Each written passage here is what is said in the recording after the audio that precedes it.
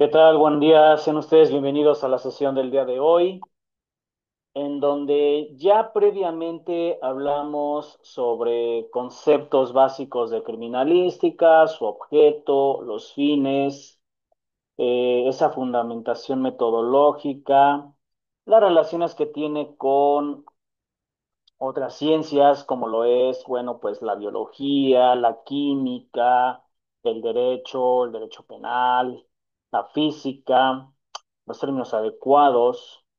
Y en la sesión anterior agotamos lo que fue el tema del lugar de los hechos, con su concepto básico y la diferencia y precisiones respecto del lugar del hallazgo o respecto del lugar donde los criminalistas intervienen.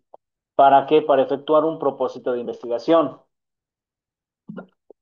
Prueba de ello es que la criminalística va a ser siempre una ciencia fáctica.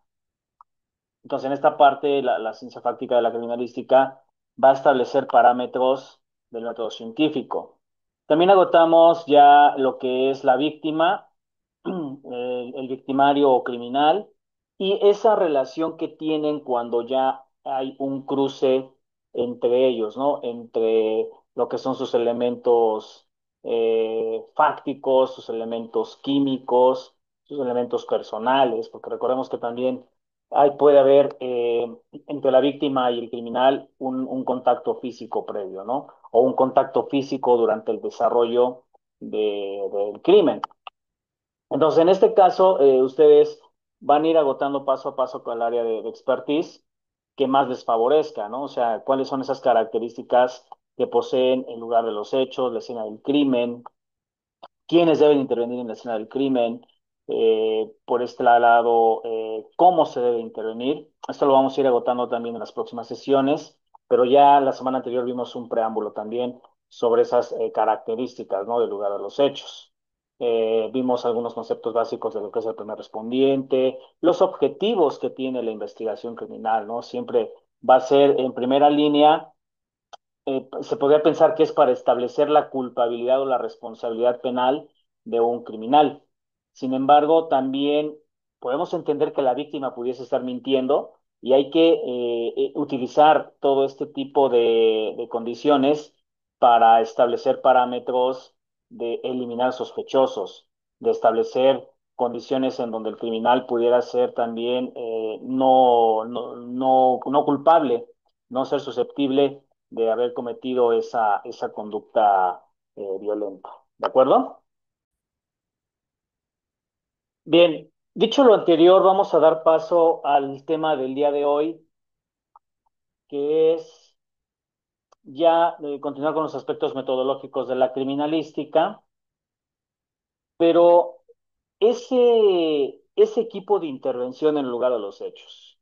Ya sabemos que en una investigación del orden criminal va a haber condiciones en donde van a participar policías, van a participar peritos, van a participar expertos, van a participar incluso hasta los órganos jurisdiccionales, pero no todo en criminalística pudiera ser también delito violento. O sea, en criminalística también se pueden abordar cuestiones de la investigación de documentos, la investigación sobre algunas condiciones de ADN para reconocimiento de paternidad o la búsqueda de personas desaparecidas como elementos de identidad. Pero en todas estas condiciones, obviamente, participan especialistas. Ahora, si nos adherimos a lo que es realmente un crimen violento, pues obviamente vamos a establecer condiciones de investigador acompañado de los cuerpos de seguridad pública, de las Fuerzas Armadas quizá, pero también de los peritos, también de esos expertos en varias ciencias, en varias ramas, que van a dar origen a algo que vamos a ver a continuación. Me voy a permitir compartir pantalla el día de hoy. Y en esta cuestión de cómo estamos estableciendo ya el lugar de los hechos, ya la etiología del delito en sí, vamos a ver que como parte de la investigación criminal. ¿Qué es el equipo de intervención en un lugar de los hechos? ¿Para qué funciona o qué roles desempeña un equipo de intervención? ¿Sí? Estamos hablando sobre estas competencias que a lo largo de la investigación criminal se establecen y se conceptúa a la investigación criminal como ese procedimiento con características metódicas porque va a agotar pasos del método científico, que ordinariamente va a estar establecido a través de reglas, de normas jurídicas, con el firme propósito y sobre todo centrar el conocimiento profundo sobre hechos acontecidos, a supuestos concretos, a casos concretos o a situaciones que ya han sucedido, lo que vamos a llamar investigación retrospectiva, pero que a través del estudio y la examinación de cualquier indicio, mediante las diligencias precisas, se pudiese aclarar lo sucedido, perdón, en un evento violento, ¿sí? En un evento delictuoso. Para ello, ¿cuál es la finalidad de la investigación criminal? Determinar las condiciones fácticas y encontrar a los probables responsables para establecer su culpabilidad y que el Ministerio Público les finque responsabilidad penal por medio de la imputación de un delito. Por eso la investigación criminal se traduce en aquella actividad que va a sumar una serie de elementos para producir certeza fáctica, certeza real, certeza fidedigna a través de quienes participaron en ese evento delictivo. La semana anterior, como dije en el preámbulo, vimos ya lo que es el concepto del lugar de los hechos, que se tratará de ese sitio o ese espacio en donde se ha cometido un acto ilícito y en donde los peritos del primer respondiente, el propio Ministerio Público y todos aquellos que participen a lo largo de la investigación criminal van a hallar indicios para estudiar esos indicios y convertirlos en evidencias mismas que van a ser integradas a un documento llamado carpeta de investigación para producir los efectos jurídicos necesarios y poderlos presentar ante un tribunal, ante un órgano jurisdiccional. ¿De acuerdo? También se le va a llamar el lugar de los hechos, es el lugar del delito, la escena del crimen o el escenario propio del delito, y cuyo estudio fundamental será para lograr la reconstrucción del hecho como la verdad histórico-científica. Para efectos de criminalística, nosotros hemos desarrollado que un hecho presuntamente delictuoso ocurre en un espacio físico, ¿sí?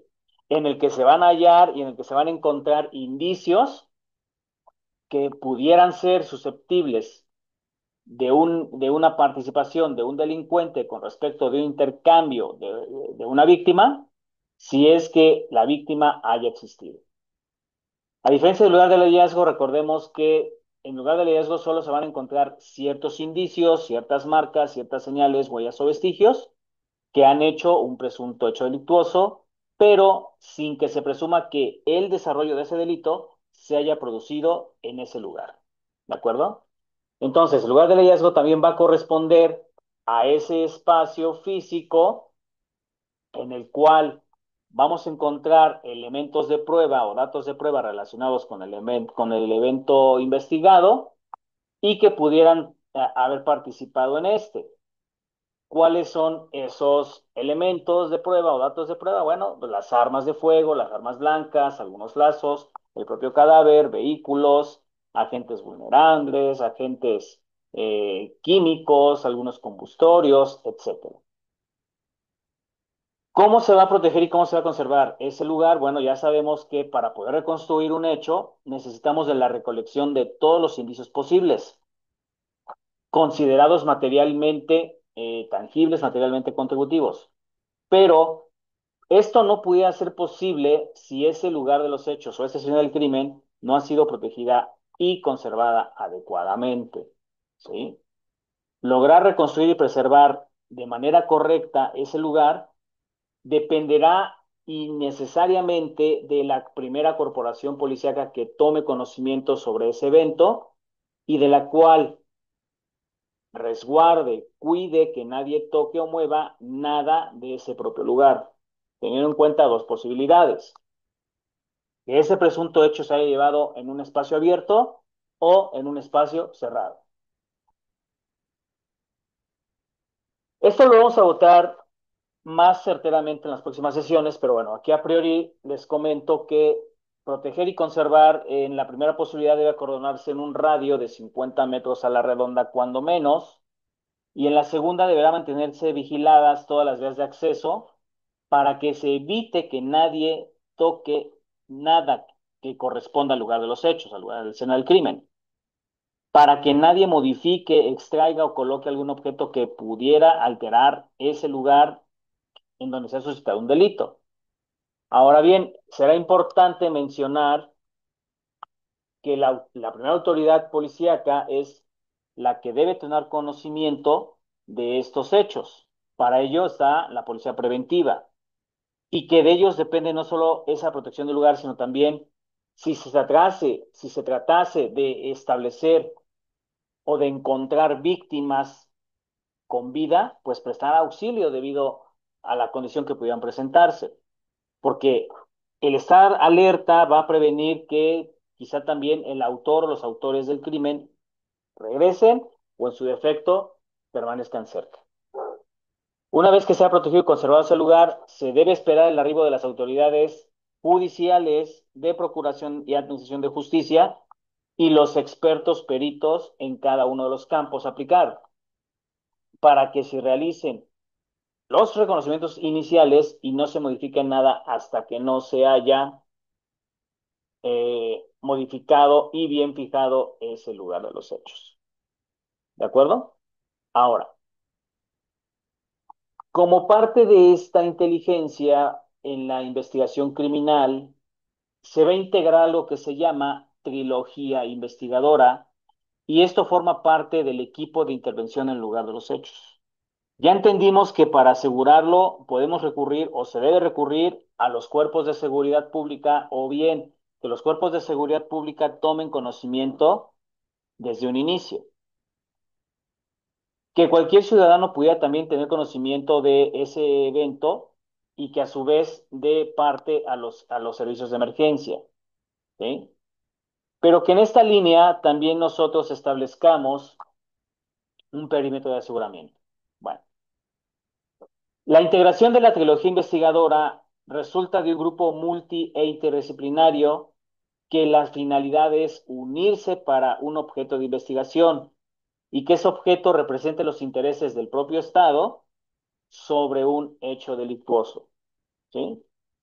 Esta trilogía se va a integrar por el agente del Ministerio Público como un ente investigador jurídico-administrativo, por las policías investigadoras y de carácter fáctico, porque ellos van a investigar directamente ya los hechos, que servicios periciales funja como investigadores técnicos científicos en cada una de las áreas de expertise para poder recoger indicios, procesarlos en un proceso de investigación, valga la redundancia, y comprobarlos científicamente. Para ello, la trilogía investigadora encontrará su base constitucional en el artículo 20, que por primera línea nos señala que el proceso, todo proceso penal acusatorio será oral y adversarial, pero que se va a regir bajo los principios de publicidad, contradicción, concentración, continuidad e inmediación.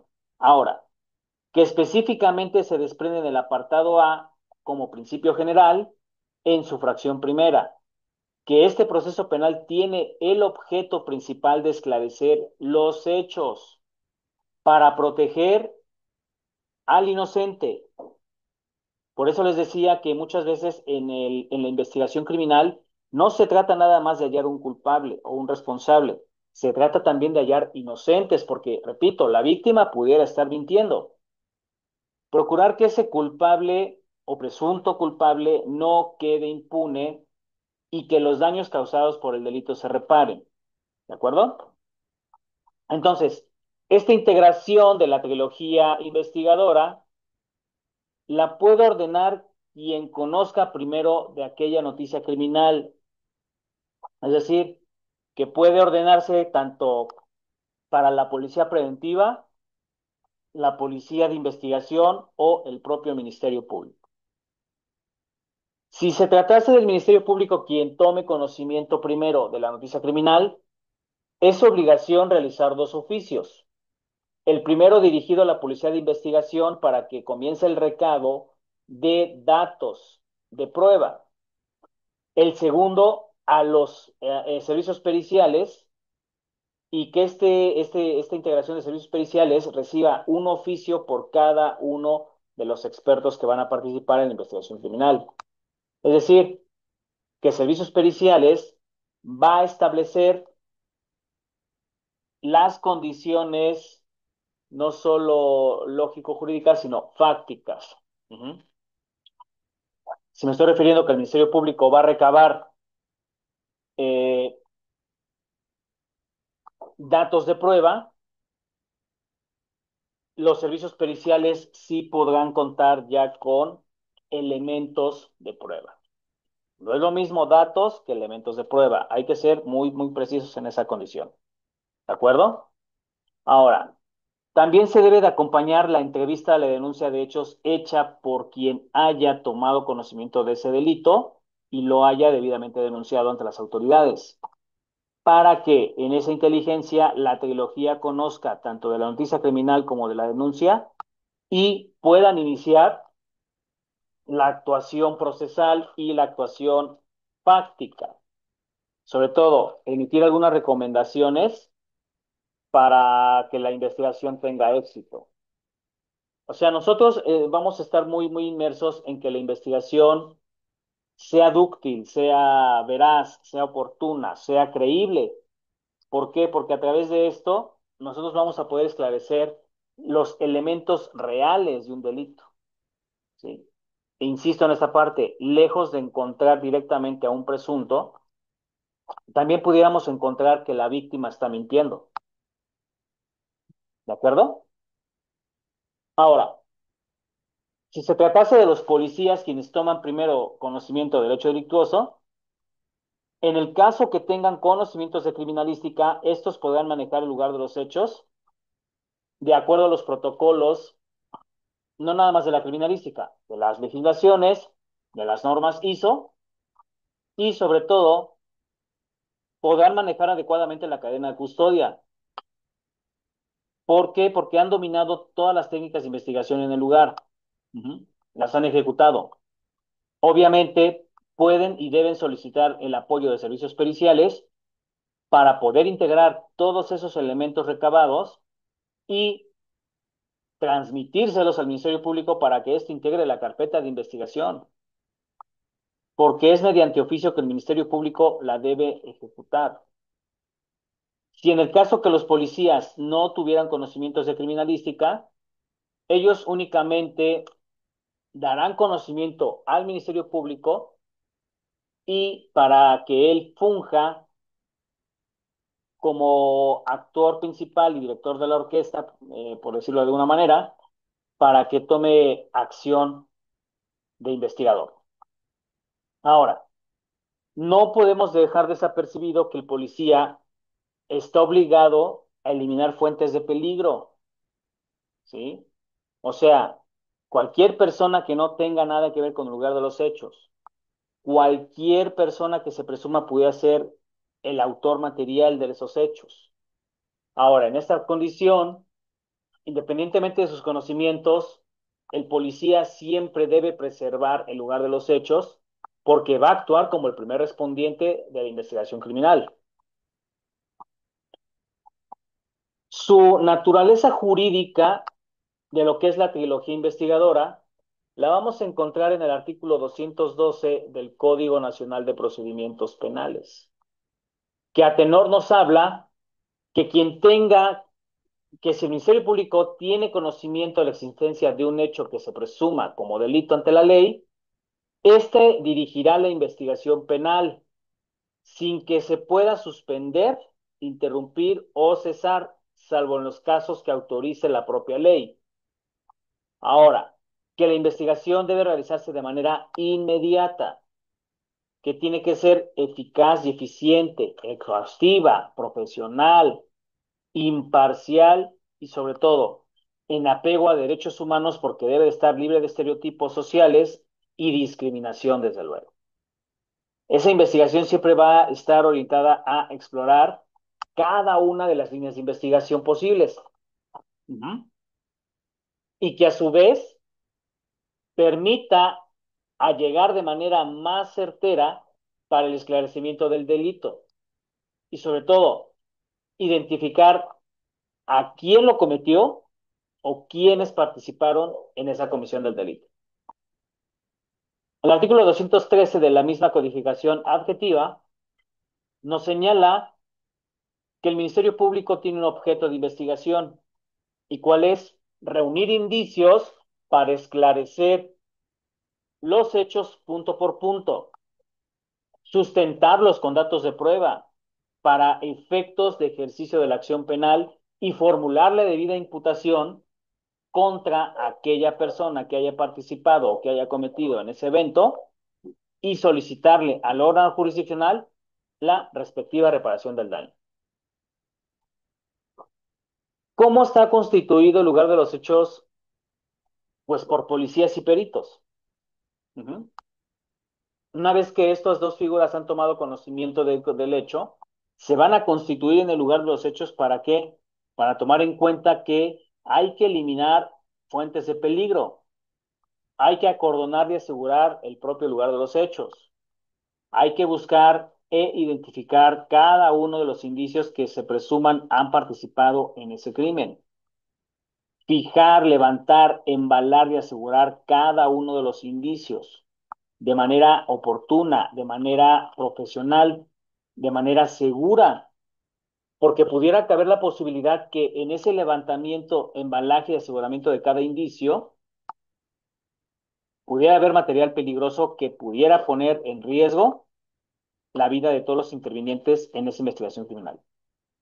Desde luego, es su obligación preservar cada uno de los indicios. Es su responsabilidad llevarlos con bien hasta lo que es el protocolo de cadena de custodia. ¿De acuerdo? Ahora, que peritos y policías que sean asistentes al lugar de los hechos designen a un representante que va a fungir como coordinador y tendrá bajo su responsabilidad el respectivo llenado del informe policial homologado. Uh-huh. Y este informe de policial homologado como documento no nada más de seguridad pública, sino como documento recaudador de datos, va a describir en primera línea el lugar de los hechos, en qué condiciones se encontró, quiénes o qué personas se presume pudieran haber estado en ese lugar de los hechos. Desde luego, se va a elaborar un listado de los intervinientes en esa investigación criminal y sobre todo que se hayan cerciorado de eliminar fuentes de peligro, que ese lugar se haya acordonado y asegurado adecuadamente respecto de los protocolos a seguir, que se ha realizado una inspección del lugar para que se describan las técnicas utilizadas en la búsqueda e identificación de indicios. Uh-huh. Que por otro lado, se contabilicen el número de evidencias encontradas de acuerdo al respectivo etiquetamiento y asignación en el eslabón bajo el protocolo de cadena de custodia. Además, los cuerpos de seguridad pública o policías pueden buscar otros datos de prueba que no requieran el manejo de custodia, por supuesto, porque van a ser necesarios, no sé, se me ocurre las testimoniales, testigos presenciales que hayan tomado conocimiento del hecho, aquellos curiosos o aquellos interesados en el hecho que posiblemente hayan tomado conocimiento del mismo. Ahora, vamos a ver algunas definiciones. Entendemos por Ministerio Público a ese organismo autónomo y que está jerarquizado. que cuya función será dirigir de forma exclusiva la investigación sobre hechos que se constituyan como delitos para determinar la responsabilidad penal de cada uno de los intervinientes en ese delito, o bien que se pudieran acreditar elementos de inocencia de los imputados que hayan participado. Pero si es lo contrario, ejercer la acción penal pública en la forma prevista a la ley. En esta parte, el Ministerio Público va a pertenecer al Poder Ejecutivo Federal, puesto que las fiscalías, tanto federales como estatales, corresponden al Poder Ejecutivo, ya que son secretarías de Estado, ¿sí? Entonces, en esta cuestión, el Ministerio Público no solo es un organismo investigador, es un organismo administrativo que se desprende de la Administración Pública Federal. Por lo tanto, es quien va a dar entrada a una carpeta de investigación bajo elementos constitutivos de delito y su obligación es acreditar la responsabilidad penal de uno o los intervinientes, pero también de determinar que con medio de las causas fácticas pues, exista la posibilidad de que esa persona que está siendo acusada no tenga participación alguna en el lugar de los hechos o en el evento delictivo, ¿sí? Voy a hacer una presión muy certera, jóvenes. El Ministerio Público no pertenece al Poder Judicial como equívocamente nos los hacen creer. El Ministerio Público no es juez. El Ministerio Público no estudia elementos más que eh, jurídicos. El Ministerio Público se va a encargar de recopilar toda la información a través del proceso de investigación, ¿sí? Para ello, se apoya de los servicios periciales. Pero recuerden, el Ministerio Público no pertenece al Poder Judicial, pertenece al Poder Ejecutivo, federal o local, en cada uno de los ámbitos de sus competencias. ¿De acuerdo? Ahora, que en esta cuestión también, si se ha acreditado la participación de un posible imputado, se ejerce acción penal pública en las formas previstas que establece nuestra Constitución política, pero también la propia ley en materia penal. ¿Sí? Ahora bien, ¿quién es el policía? Encuentra su sentido etimológico en el latín politia y en el griego pleteia, que en castellano dice que es el buen orden que va a observar y guardar el orden público en las ciudades y en las repúblicas para hacer cumplir las leyes que se ordenen por un gobierno para la armonización mejor de los ciudadanos. Que también la policía es un conjunto de servicios que están organizados por la administración pública, cuyo fin será asegurar en primera línea el orden público, en segunda, garantizar la integridad física y moral de todos los ciudadanos mediante la aplicación de medidas preventivas y persecutorias que tutelan el derecho penal. ¿De acuerdo? Que es un cuerpo encargado de velar por el mantenimiento del orden público, porque una de las funciones principales, si no es que la principal del policía, es establecer políticas de prevención, jóvenes. ¿Para qué? Para la seguridad de los ciudadanos en atención a cada uno de los tres niveles de gobierno y de las autoridades gubernamentales que correspondan a cada uno de los tres niveles de gobierno. Ahora, el perito, pero me voy a detener antes del perito. Cuando hablamos de policía, estamos hablando de un buen orden, sí, pero específicamente la policía de investigación tiene la función principal de perseguir e investigar a los delitos. Es un coadyuvante del Ministerio Público. Se encarga de recopilar datos, se encarga de vigilar personas, vigilar lugares, ejecutar actos administrativos que le ordene el Ministerio Público. ¿Sí? Por eso hay que ser muy precisos en diferenciar cuáles son las competencias de actuación de la policía preventiva, de la policía de proximidad, de la policía de cuadrante, de las Fuerzas Armadas, con respecto de la policía de investigación. ¿Sí? La policía de investigación específicamente está para ser auxiliar del Ministerio Público y contribuir a la investigación criminal por medio de todas las pesquisas necesarias que ellos recaben, que ellos recopilen. Para tales efectos, se apoyarán de los peritos especialistas también. ¿De acuerdo? Ahora, en cuanto al conjunto de servicios, la policía de proximidad, la policía preventiva u otras corporaciones en materia de seguridad ciudadana aseguran el orden público y garantizan la integridad física y moral de los ciudadanos, de toda la sociedad en general, a través de políticas públicas preventivas y persecutorias que va a tutelar el derecho y el derecho penal a su vez. Ahora, que en esta parte el Ministerio Público se apoya de la Policía de Investigación no para hacer funciones de orden público.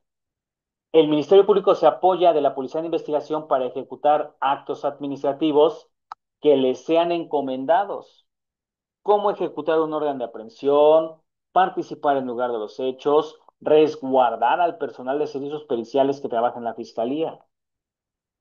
¿Sí? Entonces, el papel del agente del Ministerio Público, o malamente llamado agente ministerial, o en algunos casos sí le llama agente ministerial, es la función de perseguir e investigar delitos a la par del Ministerio Público. ¿De acuerdo? Ahora bien, la seguridad ciudadana o la seguridad pública ciudadana tiene ese encargo de velar por el mantenimiento del orden público y la seguridad de los ciudadanos. También la policía de investigación pudiera caber en ese supuesto. Sin embargo, la policía de investigación es la única corporación que puede tener su arma de cargo las 24 horas por lo peligroso que implica el puesto. No así la policía preventiva, porque la policía preventiva sí está destacamentada a ciertos cánones de seguridad y sobre todo a los estatutos más específicos de la Ley General del Sistema Nacional de Seguridad Pública. Ujú. Entonces, no es que la policía de investigación no se rija bajo esa ley, por supuesto que se rige bajo esa ley, pero son otras funciones, o sea, a la policía de investigación no le corresponde hacer funciones de seguridad pública, ¿de acuerdo? Bien, ahora sí, vamos a pasar a la parte de los peritos. El perito es aquella persona que posee conocimientos sobre ciencia, sobre arte o sobre oficios, que a través de la experiencia las ha desarrollado para tomar práctica y ejecutarla como un arte. Y sobre todo que le va a dar esa serie de posesión de conocimientos científicos, artísticos o simplemente prácticos. ¿Y jóvenes? Bien.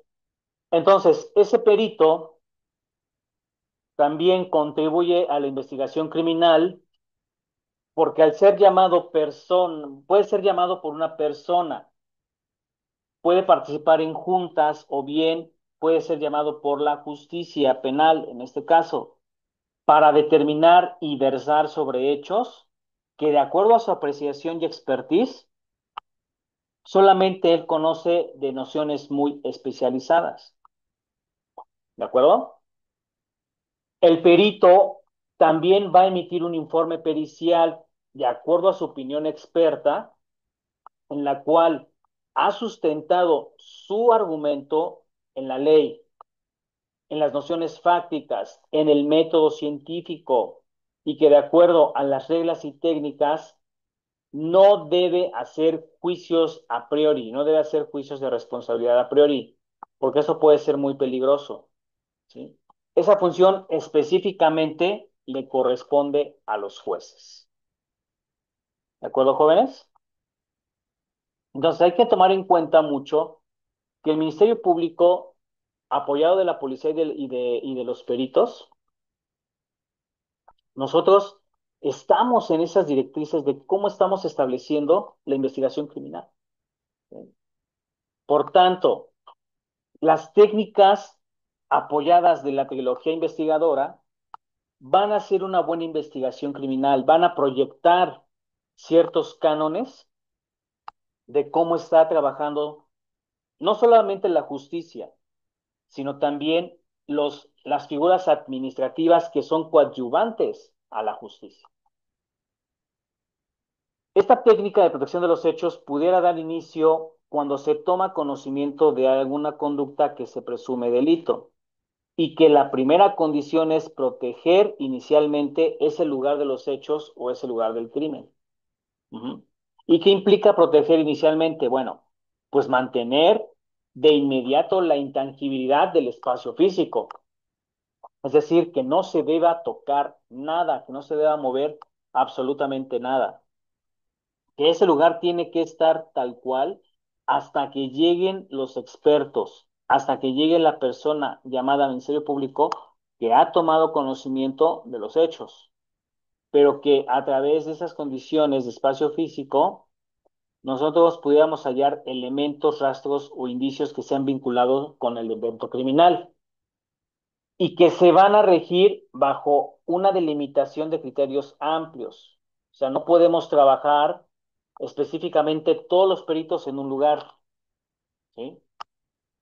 Entonces, en esta parte se debe evitar cualquier omisión, alteración y principalmente contaminación de ese lugar de los hechos.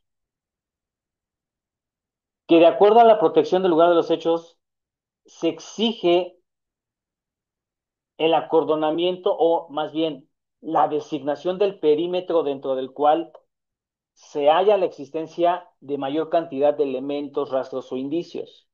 Por eso es muy importante que el primer respondiente asegure de inmediato y proteja la escena del crimen. Que no nada más esté ahí con su batea de babas y de repente ya se le colaron curiosos, ya se le colaron los mismos delincuentes que quieren desaparecer evidencia o algunas personas que no tengan nada que ver con la investigación criminal. Uh-huh. La secuencia de actos investigados debe determinar también esa necesidad existente de que los perímetros sean mejor acordonados y sobre todo que sean acordonados de acuerdo a la prioridad más certera de cómo se ha cometido ese delito. Obviamente, los funcionarios policiales, los cuerpos de seguridad pública que hayan arribado de primera línea a ese lugar de los hechos, por iniciativa propia o por denuncia, o de acuerdo a por las órdenes de la autoridad competente, son responsables de proteger inicialmente ese espacio físico, de proteger todos los elementos que se presuman estén participando o hayan participado en el lugar de los hechos. Que esos rastros o indicios no pierdan validez probatoria, ¿sí? Que de acuerdo con la protección inicial, la escena del crimen debe mantenerse intacta hasta que se trabaje, porque se va a finalizar con la tarea de los peritos para que estos pongan a disposición de la autoridad competente todos los elementos recabados, que determinen lo que ha sucedido a priori de acuerdo a la reconstrucción de los hechos. Obvio, se resulta imprescindible estudiar el lugar de los hechos si no hay una recolección de los indicios, si no consideramos qué material ha sido eh, participante de un evento delictivo. Cuando la escena del crimen no está siendo protegida adecuadamente y sobre todo los peligros que pudieran implicar el participar en una escena del crimen. ¿De acuerdo? Ahora bien, nosotros vamos a establecer estas líneas como parte de las técnicas de investigación y establecer esos perímetros los vamos a abordar más adelante en las siguientes sesiones. ¿Por qué? Porque estas técnicas pueden participar en lugares abiertos, en lugares cerrados. Y cada uno de estos lugares tiene su grado de complejidad. Porque en un espacio cerrado pudiera ser que el criminalista va a reducir su espacio de trabajo. Pudiera estar trabajando en un espacio de 2 por 2 metros, por ejemplo. o de 2 metros por 1 metro. Entonces, la importancia de preservar el lugar de los hechos nos permitirá tener una teoría del caso más práctica, una teoría del caso más dúctil, una teoría del caso más certera, para poder determinar en primera línea la responsabilidad penal, pero en segunda, poder descartar sospechosos o posiblemente poder establecer los elementos de inocencia de esa persona que ha sido imputada por ese delito. ¿Sí, jóvenes? Entonces, con hoy cierro la sesión del día de hoy. Los espero la próxima. Vamos a estar determinando que las precisiones adecuadas de las técnicas de fijación del lugar de los hechos para ver cuáles son esa planimetría, cómo se describe, cómo se debe describir primeramente, el moldeo de maquetas, cómo ha participado la cibernética actualmente y los principios que rigen a la criminalística. Aquí les voy a hablar en esta parte, no de los principios básicos que a veces la doctrina y los propios docentes han establecido. Vamos a establecer esos principios de la criminalística de acuerdo a los criterios de Edmond Locard. Pásenla bien, suscríbanse al canal, regálenme un like y que tengan una excelente tarde. Hasta pronto.